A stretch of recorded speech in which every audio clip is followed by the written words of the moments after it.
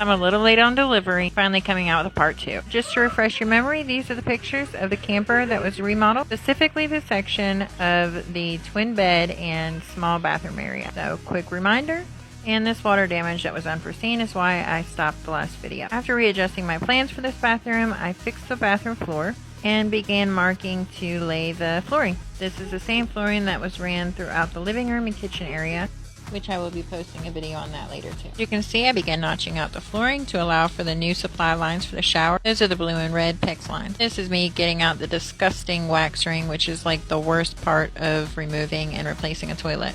I call that poop putty. Also, the worst part about laying flooring is the last few pieces that you put in. You know, there's a lot of cuts and a lot of hassle.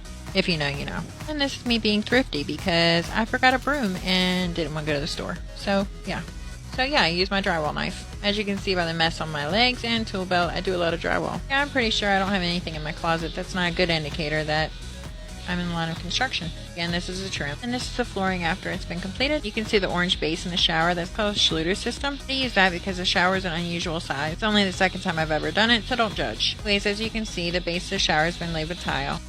This tile had the mesh backing on it, which is a little easier than having to lay them individually. The next day, began to lay the gray and white ceramic tiles with mastic adhesive. Here's some quick clips of the process. Because this is a camper and I was on a budget, I didn't go all the way to the ceiling as it's not necessary. This is the next day, pulling out spacers, making sure all the tiles were secure. This is a close-up of the shower walls. No, that fixture's not been mounted yet. Here's a zoomed out version. As you can see, the front shower curb was tiled. I honestly wasn't feeling. I pulled that tile off and put a 1x out. And then I sanded to mesh floors. There's a zoomed out picture of the shower curb after it's been fixed, at least done to my satisfaction. This is after the first round of grout and mounting the fixtures.